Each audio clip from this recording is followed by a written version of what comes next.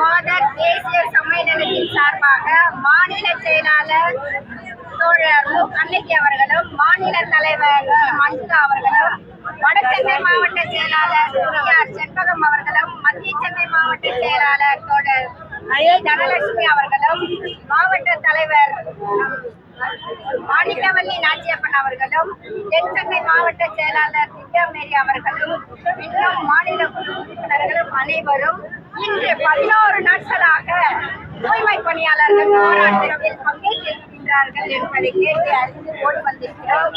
காரணம் என்றால் தமிழக அரசு இந்த தூய்மை பணியாளர்களை கண்டிப்பாக பணி நிரந்தரம் செய்வார்கள் என்ற நம்பிக்கையுடன் தான் அவர்களும் 11 நாள் போராட்டத்தில் களமிறங்கியிருக்கிறார்கள்.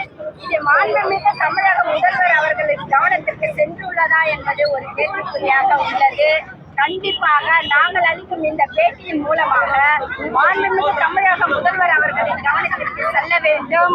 இப்படி பெண்கள் வெயிலும் மழை என்று பாராமல் வீதியில் உட்கார்வது பெரும் வருத்தத்தை அளிக்கின்றது.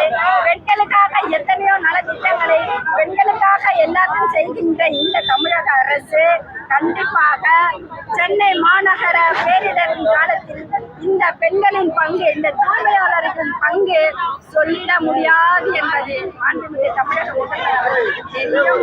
இருப்பினும் இந்த பெண்களை இனி இவர்களை போராட்டத்தில் களமிறக்க விடாமல் இவர்கள் கேட்கின்ற அந்த உரிமைகளை, பணி நிரந்தர உரிமைகளை கொடுக்க வேண்டும், இந்த கான்ட்ராக்டர் முறைகளை கைவிட வேண்டும் என்று சிங்கார சென்னை என்று பெயர் சூட்டிய கருணாநிதி அவர்களின் தலைமையில் ஆட்சி ஆண்டு கொண்டிருக்கின்ற திருமிகு ஸ்டாலின் அவர்கள் இந்த பெண்களின் கூக்குரலை கேட்டு கண்டிப்பாக நீங்க பணி நிரந்தரம் செய்ய வேண்டும் என்று உறுதியோடு சொல்றாங்க. இவங்க யாரும் பணியில இருந்து நீக்கல, அதனால அவங்க தொடர்ந்து நீடிப்பாங்க அப்படின்ற மாதிரி சொல்றாங்க. எப்படி பாக்குறீங்க? இந்த மாதிரி பித்தலாட்டம் பொய்லாம் ஓகேவா, தமிழக அரசோ அல்லது அமைச்சர்களோ அல்லது மேயரோ இந்த மாதிரியான பொய் பித்தலாட்டம் முதல்ல பண்றதை நிறுத்தணும். 4 வருஷத்துக்கு ஒண்ணுமே அவங்களுடைய தேர்தல் அறிக்கையில நாங்க பணி நிரந்தரம் செய்வோம் அப்படின்னு வாக்குறுதி கொடுத்துதான் இங்க தேர்தலில் நின்றுதான் இந்த மக்களுடைய வாக்குகளை பெற்றுதான் வந்தாங்க. ஏதோ இன்னைக்கு எங்களுக்கு எதுவும் தெரியாது அப்படி இப்படின்னு ஸ்டேட்மெண்ட் கொடுக்கறதே முதல்ல கண்டிக்கத்தக்கதா நாங்க பாக்குறோம். அது மட்டும் இல்லாம உள்ள கவுன்சிலர்கள் உட்பட நிறைய பேர் போராடிட்டு இருக்காங்க, எங்களுக்கு தெரியாது அப்படின்லாம் சொல்றதுன்றது நாங்க கடுமையாக இதை கண்டிக்கிறோம். இந்த மாதிரியான பித்தலாட்டம் பண்ணக்கூடாது. அது மட்டும் இல்ல, தொழிலாளர்கள் தங்களுடைய வேலை செய்த நாளுக்கான சம்பளத்தை கேட்டு உரிமைக்காக தான் போராடுறாங்க. சேகர் பாபு போன்றவர்கள் இதை ஒரு திமிர்த்தனத்தோடு ஆணவத்தோடு அலட்சியமாக பேசுவதை இந்திய மாத தேசிய சம்மேளனம் கடுமையாக கண்டிக்கிறது. நீங்க செய்ய கடமைப்பட்டவங்க, நீங்க அதுக்காக தான் போய் ஆட்சியில அமர்ந்திருக்கீங்க. நீங்க இந்த மாதிரியான தற்குறித்தனமா பேசுறத கைவிட்டுட்டு முறைப்படியாக அவர்களுடைய போராட்டத்துக்கு செவி சாய்க்கணும்ன்றதுதான் எங்களுடைய கோரிக்கை. திரைப்படத்திற்கு துணை முதல்வர் போயிருக்கிறாரு, உங்களை பார்த்தாரு. இல்ல, உண்மையிலேனா கூலி திரைப்படம் என்ன பேசுதுன்னு நமக்கு தெரியல. ஆனா பிரச்சனை கூலியே இவங்கதான். கூலி ஆளுங்களை உழைப்ப சுரண்டி முதலாளிங்களுக்கு சொத்து சேர்க்கறதுக்காக இந்த அரசு செஞ்சுக்கிட்டு இருக்கு. அது என்ன கூலியோ அது என்ன பேசுதோ தெரியல, அதுக்காக போறாரு. உண்மையாக கூலி சுரண்டலுக்கு ஆட்பட்டு அவங்களுடைய உரிமைக்காக போராடுறவங்களை பேசாம அங்க போய் சம்பாதிச்சு கொட்டுற ஒரு துறைக்கு போயிட்டு பேசுறதுல என்ன அர்த்தம் இருக்குது? அரசு தரப்புல என்ன பதில் சொல்றாங்க? அரசு தரப்புல இந்த வரைக்கும் பேச்சுவார்த்தைக்கு கூட வரலன்றதுதான் இங்க எல்டியூசி பேச்சுவார்த்தைக்கு வந்தாங்க. ஆனா எந்த முடிவும் வரலன்றதுதான் இன்னைக்கு வரைக்கும் நிலைமை. அதுவும் சேகர் பாபு தான் வராரு. அறநிலையத்துறை அமைச்சர் என்ன சொல்றாங்க? தேர்தல் அறிக்கையில நீங்க சொன்ன மாதிரி கொடுத்துருக்காங்க, அதுக்கு என்ன ரிப்ளை கொடுக்குறாங்க?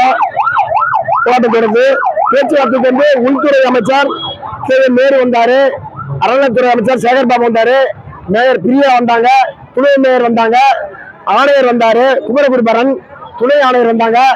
அதனால 3 நாள் பேச்சுவார்த்தை பல மணி நேரம் நடந்தது. பேச்சுவார்த்தையில எந்த முடிவும் எட்டப்படவில்லை, எந்த தீர்வும் வரவில்லை.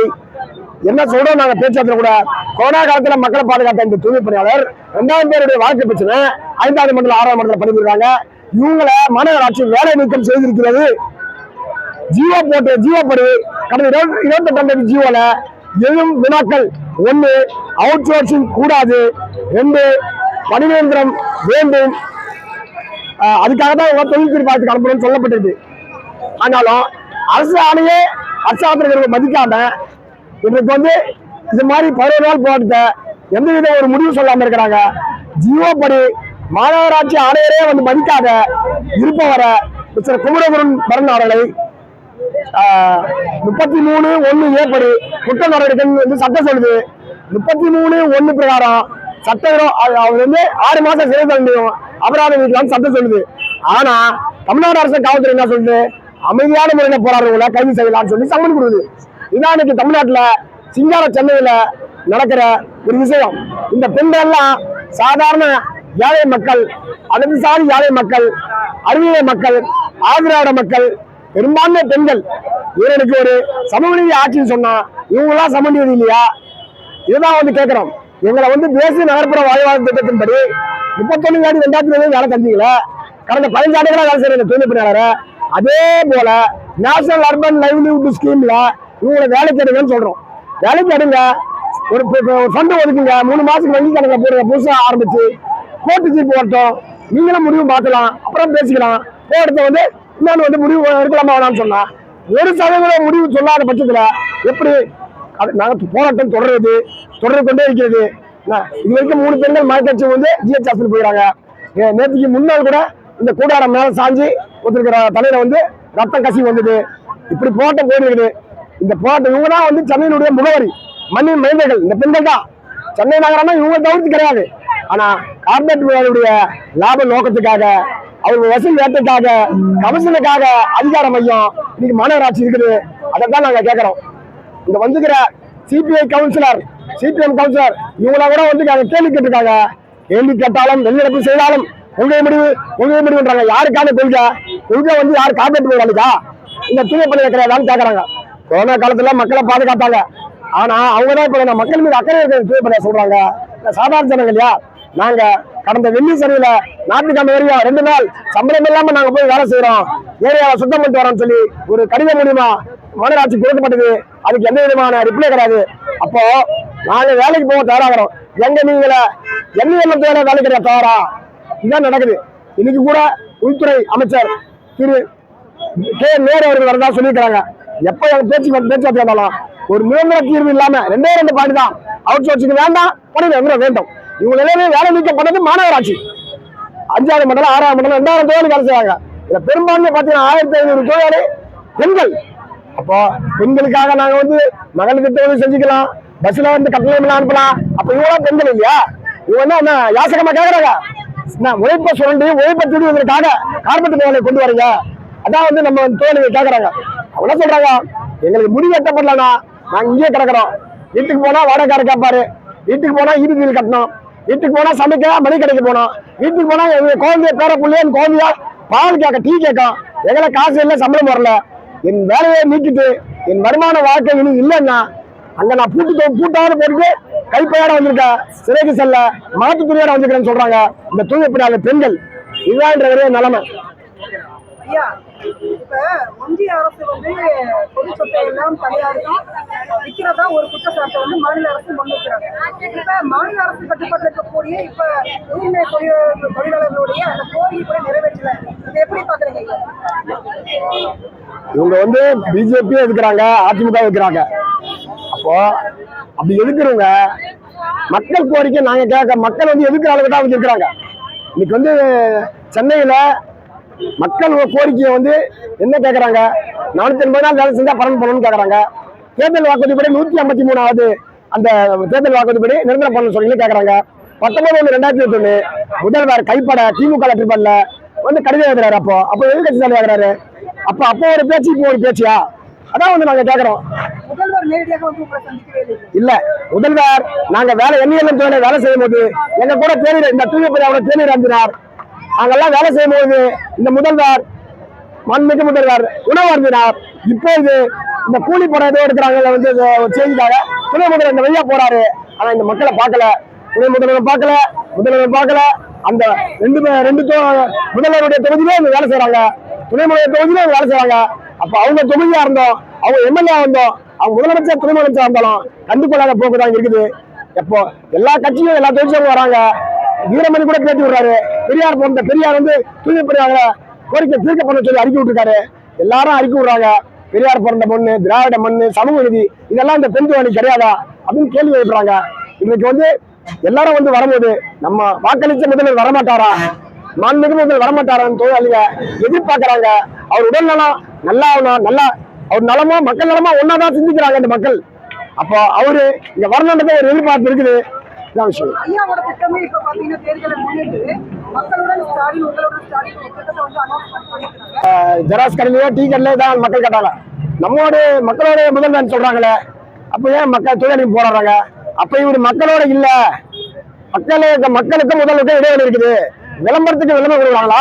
உண்மை நிலைமைனா 11 நாள் ஆகுது, 10 நாள் நேற்று இன்னைக்கு 11 நாள் மக்களை சந்திக்கலையா அப்படின்னு மக்கள் எல்லாம் விவரமா செய்தி போகுது. ஆனா மக்கள் வந்து தெரிஞ்சுக்கணும், இந்த சென்னை நகரத்தை வந்து தூய்மை பணி செய்ய இந்த மக்கள் தயாராகிறாங்க, இவங்க தான் வேலை தர மறுக்கிறாங்க, காலத்துக்காரன் உள்ள வரான் அப்படின்னு சொல்லிட்டு மக்கள் எல்லாமே நியூஸ் பார்த்து சொல்றாங்க. ஐயா உங்களுக்காக பத்திரிகையாளர்கள் வந்து உங்களை மாதிரியே பட் அப்படிப்பட்ட பத்திரிகையாளரை வந்து இந்திய அரசுத்துறை அமைச்சர் சேகர் வந்து மிட்நைட்ல வந்து நடக்கிறதா ஒரு செய்தி வந்து நீங்க எப்படி பாக்குறீங்க? அதாவது பத்திரிகை வந்து மக்களுக்கு செய்தி எடுத்து போய் சேர்க்குது. பத்திரிகையாளர் மனுஷங்க, அவங்களும் வந்து செய்தி வந்து மக்களுக்கு சேர்க்கணும்னு வராங்க. அவங்கள வந்து இது மாதிரி ஒருமையில பேசுறதோ திட்டம் நடத்த கூடாது. நாங்க வந்து பத்திரிகையாளர்னா கூட பொதுவாகவே வந்து யாரையும் மரியாதையா பேசணும். ஆனாந்தாலும் பின்னாந்தாலும் பத்திரிகையாளர் இருந்தாலும் ஒரு மக்களுக்காக பிரதிநிதியாக மதிக்கணும். பத்திரிகையாளர் இருந்தாலும் மதிச்சு தான் பேசணும். அவங்க அதிகாரத்தை வச்சு தட்டல் பண்ண முடியாது, கேட்டு அது கண்டிக்கத்தக்கதான் சொல்றோம். என்னுடைய போராட்டம் தொடருது. இந்த பேச்சுவார்த்தையில வந்து பயிற்சி வார்த்தையில பணிநிலையத்தை பத்தியோ அல்லது இந்த அவுட் சோர்சிங் இது கிடையாது, 200 கவுன்சிலர்கள் போட்ட தீர்மானத்தை கீழ்ச்சி நாங்க எரிகிறோம், அதை ரத்து செய்யறோம் அப்படின்னு சொல்லணும். அல்லது பணிநிலையத்துக்கான வாக்குறுதி தரணும். அல்லது நீங்க ஏற்கனவே 31/7/2025 வேலை செஞ்சீங்களா, என்ன தொழிலாளியா தேசிய நகர்ப்புற வாழ்வாதார திட்டத்தில் வேலை செஞ்சீங்களா, அதே பணி நிலைமையில உங்களை நான் தொடர வைக்கிறோம் வாங்கன்னு சொன்னாலும் அதுக்கு நாங்க தயாரா இருக்கோம்.